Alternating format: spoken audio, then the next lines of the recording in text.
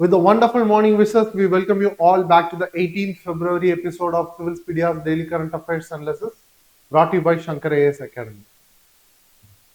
And kindly subscribe to the channel if you haven't subscribed it, and do hit the bell icon for receiving on-time notification. And kindly let me take a small moment to remind you that batch 2 of pre-fit test series is about to start from 20th February. And this is a daily UPSC prelims test series consists of 54 tests. And it will be very effective test series because of its reflection. Because in the previous pre-fit test series of 2025 has the reflection of around 31 questions in the UPSC prelims of that year. And in the 31 questions, 20 questions has been directly reflected and 11 questions has the partial reflection in the UPSC Civil Service Examination prelims of 2025. So please do register for this test series and get the benefit of chance and also improve the chance of clearing the UPSC prelims of 2026. And moving to the topics for today's discussion, and the first topic is about Milan exercise of 2026 and the associated Milan village that has been created along with this exercise. And the second topic is about the establishment of Hornbill Restaurant as a part of the conservation of Malabar Pied Hornbills. And the third topic is about the initiatives of SAHI and BODH. Both are the initiative taken by the Ministry of Health and Family Welfare. And the fifth topic is about the maternity benefits, which is in progress in some areas, but it has some lacunae. So we also deal with that lacunae and addressing the gaps and challenges and overcoming way forwards, along with the comprehensive, as a comprehensive topic under this motherhood and quiet exit. And the fifth topic is Prelims Focus. Moving to the first topic of the day, and the news article is taken from the Press Information Bureau. It is about Milan Exercise 2026. And as a part of this exercise, a village, that is Milan village, has been established and inaugurated in Visakhapatnam. Let's see in detail about the exercise as well as village in detail. So about the Milan exercise, it is a multilateral naval exercise hosted by the Indian Navy, conducted under the Eastern Naval Command, which is having its headquarters in Visakhapatnam. And this is one of the three naval commands in the Indian Navy. And the other two is the Western Naval Command of having its headquarters in Mumbai. And the Southern Naval Command, which is having its headquarters in Kochi. So these are all the three naval command that is being present within the Indian Navy. And the venue of this exercise will be the Visakhapatnam itself. And the date will be conducted, this Milan exercise will be conducted between 15th to 25th of February of 2026. And it also has the participation from around more than 70 countries, with having the display of more than 60 warships will also be displayed in this exercise. And it is one of the largest multilateral naval exercise in the Indo-Pacific region, which is also a strategic location to get noted from the Indian context. And the theme for this year is camaraderie, cooperation, collaboration.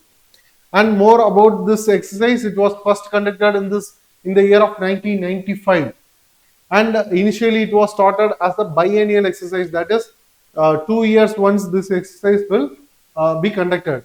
And as of now, it is a biennial exercise. And it was conducted by the Eastern Naval Command in common. And what is the purpose or the aim of this exercise is to strengthen the naval diplomacy between other countries and having maritime cooperation and interoperability, increase the interoperability. And about the Milan village, which is being established as a part of this Milan exercise, it having its location in the Eastern Naval Command itself in Visakhapatnam. And what is the purpose of establishing or inaugurating this Milan village? Apart from having the military discussion or having the interaction only with the military or strategic focus, it needs to shift or having some space for sharing the cultural linkage or the cultural heritage. So it serves the purpose of cultural and social engagement zone, and delegates from the participating navies having interaction beyond the operational drills. So apart from military and operational drill like conversations, it needs some space for the cultural engagement. So it has been established, which having its futures, having the cultural performance also been included in this Milan village, where vocal artists and dance artists will be performing, and also having the display of Indian handicraft and handloom stalls, and also naval souvenirs also been provided along with the regional Indian cuisine, which serves the taste buds of the participants from across the various countries. And this exercise having two phases. First is the harbor phase, where the interaction will be in a more of a class-like manner. So it involves the professional interaction, and subject matters expert will exchange the views and opinions on the conduction of any drills and also cultural events. So this harbor phase involves the cultural events. But in the sea phase, it is only of operational and strategic focus, which includes complex maritime operations such as conducting drills such as anti-submarine warfare tactics, air defense exercise, search and rescue operation, and cooperative security missions. And Milan 2026 forms a part of the larger maritime convergence, such as other events such as International Fleet Review of 2026, where our Indian President will review the naval fleets or the warships by the Supreme Commander of the Armed Force, that is President of India, and also with the along with the event of Indian Ocean Naval Symposium Conclave of Chiefs, where the chiefs of the Naval Command will be participating in the symposium, which got established in the year of 2008, which was a voluntary initiative by the Indian Navy, and the members will be the navies of the Indian Ocean region. And along with that, the apart from the information that we have discussed, it is also this Milan exercise of 2026 is also aligned with the vision of our Prime Minister, that is the Sagar and Mahasagar initiative, Mahasagar vision. As India is also being preferred as a preferred security partner in the Indian Ocean region by ensuring free, inclusive, and open and rule-based Indian Ocean region, as it has its stronghold in the Indian Ocean region. Moving to the question with reference to exercise Milan, consider the following statement. First statement, it is a bilateral naval exercise between India and the United States. Second statement, it is conducted under the Eastern Naval Command of the Indian Navy. Third statement, the exercise includes both harbor phase and sea phase operation. Fourth statement, it is associated with the Indian Ocean Naval Symposium framework. How many of the statements given above are correct? And with this question, the first statement was incorrect, because it is not a bilateral naval exercise, it is a multilateral naval exercise with having the participants from more than 70 countries. So this first statement was correct. Apart from that, all the three statements are correct. So the answer will be option C. Let's check. Yes. With this, we move to the next topic. What are Hornbill Restaurants? Behind Chhattisgarh's plan to make Tiger Reserve a haven for rare bat. With this news article taken from the Indian Express, we are going to have insight about what are these Hornbill Restaurants and how Chhattisgarh is planning to conserve a rare bat known as Malabar Pied Hornbill by establishing this restaurant in detail. So about what are Hornbill Restaurants? They are clusters of fruit-bearing trees planted in one area. So it is not about the establishment of an artificial infrastructure or physical infrastructure. It is about creating an ecosystem which is blended with the nature. So it supports the fruit bearing trees which is being planted over the particular region, supports continuous food supply. It provides the continuous food supply for the species, and it supports the breeding and nesting for as a habitat for the species, and it prevents migration due to the food scarcity over that region, and it also strengthens the local population growth as the population over that reserve, particularly the Udanti Sitanadi Tiger Reserve, has been increasing with the population of this Malabar Pied Hornbills. So the Chhattisgarh government is planning to establish such hornbill restaurant to conserve and to increase the population of such species. And these hornbills mainly consume fruits, especially figs. So the clusters of this hornbill restaurants consist majorly of the fig trees. And so instead of random trees plantation, instead of planting some random trees, the Chhattisgarh government, upon the establishment or the creation of this hornbill restaurants, prefer only the trees which are majorly preferred or opt out by the Malabar Pied Hornbills. So the strategic plantation of hornbill friendly trees. So about the Udanti Sitanadi Tiger Reserve in Chhattisgarh, it is located in the Band and Damatri districts of Chhattisgarh, and it covers about the area of 1842.54 square kilometers, which has been established initially in the year of 2009 by merging both the Udanti and Sitanadi wildlife sanctuaries. And the core conservation and wildlife includes important habitat for the Asiatic wild buffalo, which is also an important species with respect to the Indian environment. This Asiatic wild buffalo is the state animal of Chhattisgarh and also home to Bengal tiger and leopards, sloth bears, Indian wolf, and moose deers, which is also an important fauna that we are about to key note of. So this we can see the Udanti Sitanadi Tiger Reserve here on the Chhattisgarh region, and it also has the boundary sharing with the Odisha. So it is an greeny area in the Chhattisgarh region. And with respect to its hydrology over this tiger reserve, it is named after two rivers, that is Udanti and Sitanadi rivers. These rivers provide the perennial water source for the wildlife over that region. And about the vegetation, it is majorly dominated by sal trees or Shorea robusta, and also teak and bamboo varieties also available there. And it has the forest type of tropical dry and moist deciduous forest. And about the tribal communities that having inhabited there is first type is the Kamar tribe, which is also an important tribe in India, classified as a particularly vulnerable tribal group, PVTGs. And traditionally, they are skilled in bamboo crafts, especially making baskets and mats. And in 2023, which is important to get noted, in 2023, this Kamar community people or the tribal people settlements in the Damtari became the first in Chhattisgarh to get or receive the habitat rights.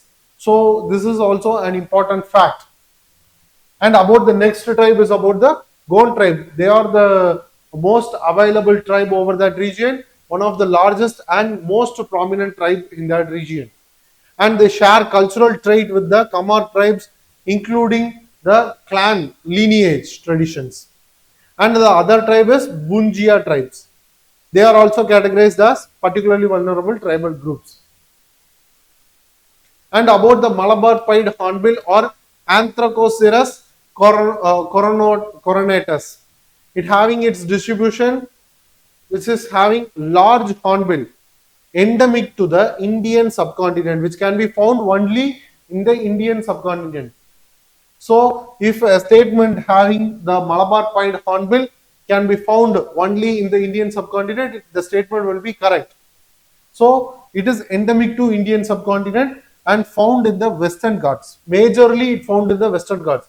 But now it also found in the similar forest regions such as parts of central and eastern India, where the Udanti Sitanadi Tiger Reserve is present, located, and also it found in Sri Lanka. And it is known as a farmers of the forest, as it is an effective seed disperser. It majorly eats upon the fruits. It effectively disperses the seeds. So it creates forest. So it acts as the farmers of the forest for their seed dispersal role. And here we can see the image of the Malabar Pied Hornbill. And what is the key characteristics of this species? It appears to be black with white belly, with white wing edges, white tail with black tip. These are all the physical features or the appearance characteristics of the species, and having large yellow bill with black and yellow cassock, which is the extra portion that we can see above the beak. And it is a monogamous species having sexual dimorphism, which can be easily distinctive to be identified with male and female. That is, male having red eyes and black facial skin, but female having white and pinky skin around eyes. And its size about 65 to 95 centimeter long and weighs about 1 kg. And the major threat of this species that it is being hunted down as it contains more amount of meat. And about the conservation status, it is being listed as a near threatened species according to the International Union for Conservation of Nature Red Data book. And what are the major threats? Habitat loss because of the deforestation or the decreasing in the forest cover, and riverine forest clearance. And especially, as I mentioned earlier, poaching is also being prevalent across this species. And climate change, which projected major range concentration by the year of 2060. As this Chhattisgarh has the similar forest type and the climatic conditions, which can easily adaptive for the Malabar Pied Hornbill, their population in that region is increasing. So moving to the question with reference to Malabar Pied Hornbill, consider the following statements. First, it is endemic to South Asia and Southeast Asia. Second, it is primarily a carnivorous species. Third, it is listed as near threatened on the IUCN red list. Which of the statements given above are correct? So in this question, they have asked about the correct statement, and the second statement was incorrect because it is not a carnivorous species. It is a fruit-eating bird and a effective seed disperser. So it is not a carnivorous plant, and it is not endemic to Southeast Asia. It is endemic to the Indian subcontinent alone, not to the South Asia or Southeast Asia. So the first statement is also incorrect, and the answer will be option C, 3 only. Let's check. Yes, with this we move to the next topic. In this section of this video, we are going to discuss about the two landmark initiatives, that is SAHI and BODH, under the Ministry of Health and Family Welfare. It has been launched by our Union Health Minister, Mr. JP Nadda, on the event of ongoing India AA Summit 2026. What is this initiative of? Let's discuss. So about the context on the ongoing India AA Summit of 2026, our Union Health Minister, Mr. JP Nadda, has launched two key initiatives such as SAHI, that is Strategy for Artificial Intelligence in the Healthcare for India. And the second initiative is the BODH, Benchmarking Open Data Platform for Health Artificial Intelligence. So talking about the first initiative, SAHI, Strategy for AI in Healthcare for India, it is not a scheme. It is a national guidance framework for the effective integration of AI into the healthcare ecosystem. And it is a policy direction framework which directs the policy towards the effective implementation of healthcare schemes as well as healthcare effectively across the state, across the Indian nation, with the integration of AI. And the primary objective is to have a safe and ethical AI, artificial intelligence adoption within the healthcare ecosystem of India. And also it works on the evidence-based healthcare AI for its reliability. And it also includes the inclusive implementation across the states. So it is not only implementing on some parts of India, it also has a broader view of accommodating or implementing across all length and breadth of the nation. And what was the key focus areas? It mainly focuses on the governance mechanism after the integration of AI into healthcare, as it is very important and crucial for effective management and implementation. And the second is the data stewardship, because data is the key upon which the AI is working effectively, so that the data should be preserved, as well as it needs to be moved freely within the system. And it also focuses on the validation of AI models. So for an effective implementation of or the integration of AI, it needs to be trained. So it also needs to be evaluated. Under this, it needs to be evaluated and validated using the AI models for the integration. And it also has the focus also on deployment standards. It sets standard for the deployment in the regional level, as well as it also sets standard for the healthcare with respect to the integration of AI and also monitoring systems. And the next initiative is the both benchmarking open data platform for health artificial intelligence, developed by the Indian Institute of Technology, Kanpur, along with the collaboration of National Health Authority, which is an autonomous body under the Ministry of Health and Family Welfare, which implements two key initiatives or the programs such as Pradhan Mantri Jan Arogya Yojana and Ayushman Bharat Digital Mission. So these are all the two initiatives or programs implemented by the National Health Authority. And this both initiative is primarily a privacy preserving benchmark platform. So it is a platform which preserves the privacy of the data that is being available within the system, either both of healthcare workers as well as patients, and also the medical history. And it evaluates the AI models using real world health data, which is an important fact to get noted, as it evaluates the AI model using the real world health data, which is a crucial one, and also needs to be focused because of the data which is available within the system needs to be maintained, and it does not share the underlying data sets. So whenever this AI model is being evaluated or being trained upon, it will not share the data which is being used for its training, which preserves the privacy of both the healthcare workers as well as the patients. And the primary objective is to have the quality assurance of the AI model that is to be integrated, and also ensuring transparency upon its integration. And it also needs to have a trust building in the AI system for the patients to effectively believe on rely on the AI healthcare within India. And it has the direct link with Ayushman Bharat Digital Mission. How? Because this both is classified as a digital public good, which is an important fact or the important keyword that needs to be noted, because this digital public good is an open and interoperable digital system having having this open interoperable digital system having the public publicly accessible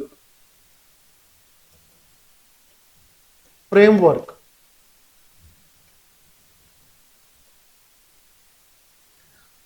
which also supports scalable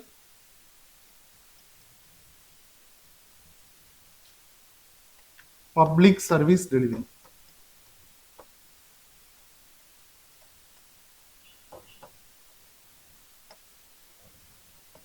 So this digital public good is an open and interoperable digital system having publicly accessible framework which also supports the scalable public service delivery.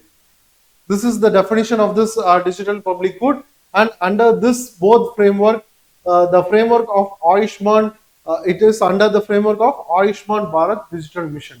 So this both will be under the this Ayushman Bharat Digital Mission framework. And about the Ayushman Bharat Digital Mission, I think it is about to get launched in the year of 2021. What are all the key components of this mission? It has the provision of Ayushman Bharat Health Account IDs, and also it maintains the health facility registry, healthcare professional registry, and electronic health records interoperability. It enhances or it makes the viable electronic healthcare records interoperability. So moving to the question with reference to SAHI and both, consider the following statement. First statement, SAHI is a statutory authority created to regulate artificial intelligence in healthcare. Second, both enables benchmarking of AI models without sharing underlying health data sets. Third statement, both has been developed under the Ayushman Bharat Digital Mission framework. Fourth, National Health Authority is responsible for implementing the Ayushman Bharat Digital Mission. So, which of the statements given above are correct? Option A 2 and 4 only, option B 2, 3 and 4 only, option C 1, 2, 3 and 1, 2 and 3 only, option D 1 and 3 only. And the answer for this question will be 1 is incorrect. Statement 1 is incorrect. As we eliminate statement 1, we are left with only option A and option B. And the option, statement 2, statement 3 and statement 4 are correct. And the answer will be option B. Let's check. Yes. With this, we move to the next topic. Maternity Benefit Act is progressive, but laws alone aren't enough. With this thoughtful and insightful article from the Indian Express, we are going to comprehensively cover how this act is progressive and the areas which cannot be covered under this act in detail. So about the Maternity Benefit Act, it was launched in the enacted in the year of 1961 and later amended in the year of 2017. And regarding its scope and applicability, it applies to the women workforce who is being a part of the workforce in factories, mines, plantations, shops, and establishments with having 10 or more employees, and which specifically excludes the women covered under the Employee State Insurance Act of 1948. And it also includes the permanent, temporary, and contractual women employees into this act to get benefited. And to get the eligibility to cover under this Maternity Benefit Act of 1961, a woman worker should have to work at least 80 days in the preceding 1 year, that is 12 months, before the expected date of delivery. And what are the key benefits after the act got amended in the year of 2017? What are the key benefits which can be obtained by the women workforce under this act? They have the paid maternity leave of around 26 weeks for the first 2 children, and they also get 12 weeks leave, paid maternity leave for the 3rd child onwards. From the 3rd child, they will be eligible to have 12 weeks of paid maternity leave. And this 12 weeks of leave is also applicable to the surrogate woman or the commissioning mother, and also the adoption of child below the 3 months of child will be adopted, and the mother is also eligible to get 12 weeks of leave. And they are also eligible for work from home, which is after the maternity leave, allowed after the maternity leave, but subject to job nature and employer agreement. And it also has the provision of crèche facility. It is mandatory for the establishment to have the crèche facility with having 50 or more employees. It is mandatory, and mother is allowed to have 4 visits on a day to have the visit of crèche. And with regarding the financial and health provisions, benefits that they are getting is wage paid at the average daily wage rate during leave. When they are on the leave, they will get the average daily wage rate upon their wage, and they will also get the medical bonus if the employer is not providing free maternity care. The employer must have to provide medical bonus instead of the free maternity care. And they are also eligible for additional leave of 6 weeks if they have any miscarriages, and 2 weeks of leave for tubectomy when they are indulging in the process of tubectomy. When they have came or when they came across the tubectomy, they will get the eligible of 2 weeks of leave, and up to 1 month of leave for the pregnancy related illness. So these are all the important provisions under this Maternity Benefit Act of 1981. And regarding the legal safeguards under this act, there will be no dismissal upon their employment during pregnancy or maternity leave. And 2 nursing breaks will need to be provided daily until the child will attain the age of 15 months of old, which is 1 month and 1 year and 3 months. And the penalties also been imposed upon the violation of these provisions on the employer because of the violations that needs to be that are made by the employer upon violating the provisions, and the penalties or the penalization provision involving imprisonment and fines for non-compliance. And what is the present reality behind at present is that women can excel in academics but decline in the senior level roles. This is the actual status of women in society as of now. And their motherhood often triggers the exit. This is the primary reason for their exclusion or their exit from the employer. And Maternity Benefit Act, which provides 26 weeks of paid leave, is progressive in nature, as in the status upon the act it is very progressive, but in reality it cannot change the workplace bias upon the treatment that is imposed upon the women by treating them as a mere employer. They will not be treated on par with the male employer. So it will not address the workplace bias. And the post-leave challenges is also a cause of concern because it reduces the roles after they are entering upon the office, after they are in the leave. Their roles got reduced, and slower growth will be provided, and questioning the commitment after their inclusion. And government sectors offer the extended childcare leave, but the private sector will not support because most of the private entities or the establishments will focus on the profit but not on the healthcare or the employees' welfare. So it treats the employee unevenly. And what is the key gap? The lack of workspace empathy and also affordable childcare is the cause of concern for the women workforce. And the laws alone cannot change the gender norms. And shared family and workspace responsibility is also very crucial. So the women need to have the balance.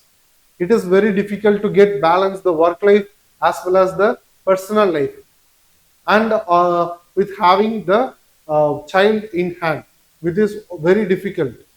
So we need to be morally persuade, or we need the moral change within the employer, not the employer, not it's the employee. And we also need to note that in this picture we can see the Claudia Goldin, who is a Nobel laureate for his study in economics, which led to the Nobel Prize in the economics for 2023 as her study on parenthood effect.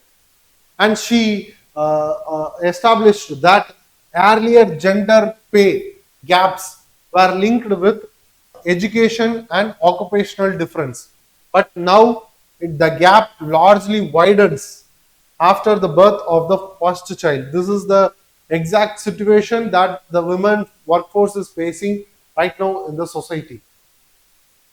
And measures can be taken as a suggested method to promote flexible work among the women workforce will enhance their reliability upon the employee, and hybrid models will suggest to have the employer workforce and have a feel of appeasement towards the women, and structured return to work programs is also an effective measure, and ensure strict implementation of crèche facilities and expand affordable childcare within the environment of where the employee is working, and introduce stronger paternity leaves to promote shared caregiving.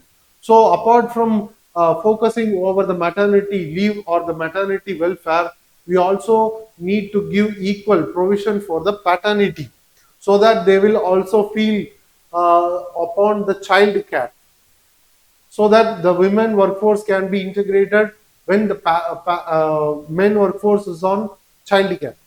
So this will be an effective recommendation for inclusion, and shift to workflows culture to outcome-based evolution and reduce the bias against mothers will also be an effective suggestion, and incentivize the companies to improve the female retention. Apart from retaining the male workers, we have to incentivize the companies to have the female retention and formalize the care economy is also one of the strong recommendations.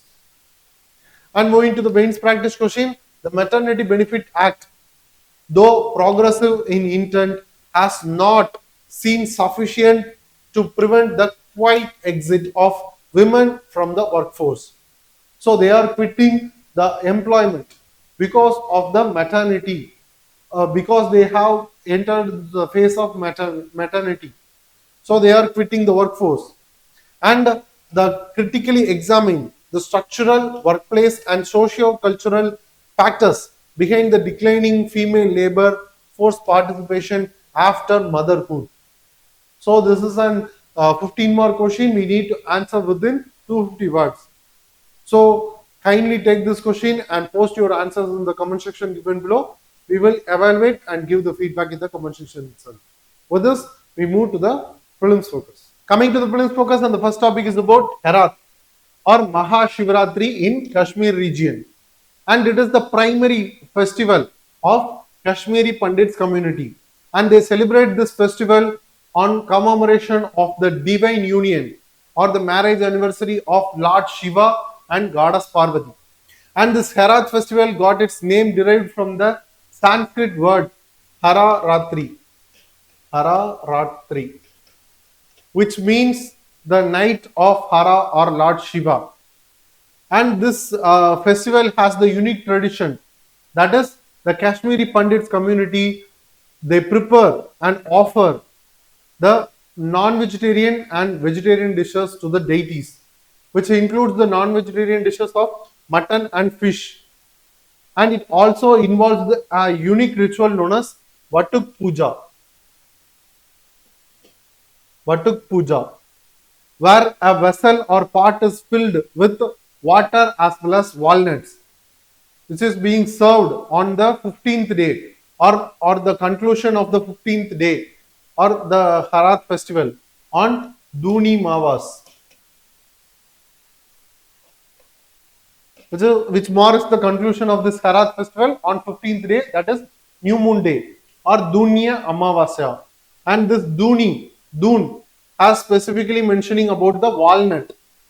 And in this day, after the main puja has been celebrated, the walnuts which has been soaked in the vessel will be distributed as a prasad to other communities, and they share the festivities with other communities, specifically the Muslim neighbors.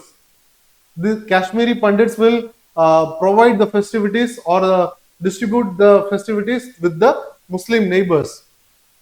And in reciprocation, Muslim neighbors will share the lotus stems or nadru on Nowruz festival, which symbolizes the shared heritage and the shared culture between both Kashmiri Pandits over that region as well as the Muslim community over Kashmir region. And what is the current situation? The walnut sharing will become rare because of the migration happened in the 1990s over Kashmir. And the celebration will lead to the thronging of masses with respect to the Kashmiri Pandits visited the temples of Hanuman Temple, Sharika Devi Temple, and Shankaracharya Temple on that occasion. This Shankaracharya Temple is also an important temple to get noted. And moving to the next is the Delhi's Bhu Aadhar scheme. It is also an important scheme. It is being initiated under the Ministry of Home and Urban Affairs, which is being implemented by the Revenue Department's IT division with having its support from the Survey of India. And the primary objective of this scheme is to create a digital land map of the city, that is Delhi. And it will create the digital land map using the technology such as drone surveys and high resolution imaging. And it also been a part of identification where each land parcel identified will get a 14-digit ULPIN, that is unique land parcel identification number, where owners receive a Bhu Aadhar card. What it benefits? It safeguards the property rights and curbs the corruption which is involving in the land transaction as well as the demarcation of land, and also prevents the dispute arising and simplifies the ownership verification and enables departmental data coordination as well as helping them to have the records on in a real-time manner and reduces the fraudulent transaction being happened in this process. And this is a part of the Digital India Land Records Modernization Program, which is implemented or introduced from 2016. As a part of this program, a pilot project has been completed in Chilangur Kotla village. So moving to the next is about the toxin known as epibactidine. Recently, 5 European states such as UK, Sweden, Norway, Netherlands and Germany has accused the Russian state for the killing of on the death of Alexei Navalny, who was killed using the epibactidine, a rare poison from the poison dart frog, and directly implicating the Russian state. So about the epibactidine, it is one of the Earth's deadliest poison and it is 200 times stronger than morphine, which is also a drug found in the Navalny's biological sample, which led to the accusing of the Russian state for the state killing.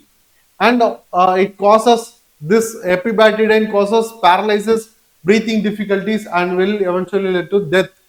And this toxin is not found naturally in Russia, which is also an important fact to get noted, that it is not found naturally in Russia because these poison dart frogs cannot survive over the climatic conditions in Russia, as it is found in the Ecuadorian dart frogs in South America, where indigenous tribes will use these toxins in blow darts or blow guns when they are involving in hunting. And we can easily relate to this blow darts and blow gun from the movie of Apocalypto. And these poison dart frogs are native to tropical Central and South America, which is also an important fact. The frogs are brightly colored as a warning signal to predators that they contain powerful toxins in their skin. And moving to the question section, the question is, epibactidine, occasionally mentioned in the scientific research news, is best known as option A, a naturally occurring alkaloid derived from certain frog species studied for its potent analgesic properties. Option B, a synthetic pesticide widely used in tropical agriculture. Option C, a plant hormone regulating fruit ripening. Option D, a marine toxin produced by harmful algal blooms. So in this, they have option D. They have also mentioned about the toxin. By addressing the toxin, by seeing the toxin, we cannot able to get or we quickly arrive at the answer. But we have to be very careful on noticing this toxin in any of the statement. So we need to get aware that option A will be the correct answer because it is being derived from the frog species and an alkaloid which is having potent analgesic properties. So option A will be the correct. Yes. With this, we came to the conclusion of this episode. Hope you guys like the video. Please share your positive comments and suggestions in the comment section given below and share the video to your friends. And do subscribe to the Shankar IAS Academy YouTube channel and hit the bell icon for receiving on-time notification. Thank you for watching us. See you again in another episode. Have a nice day.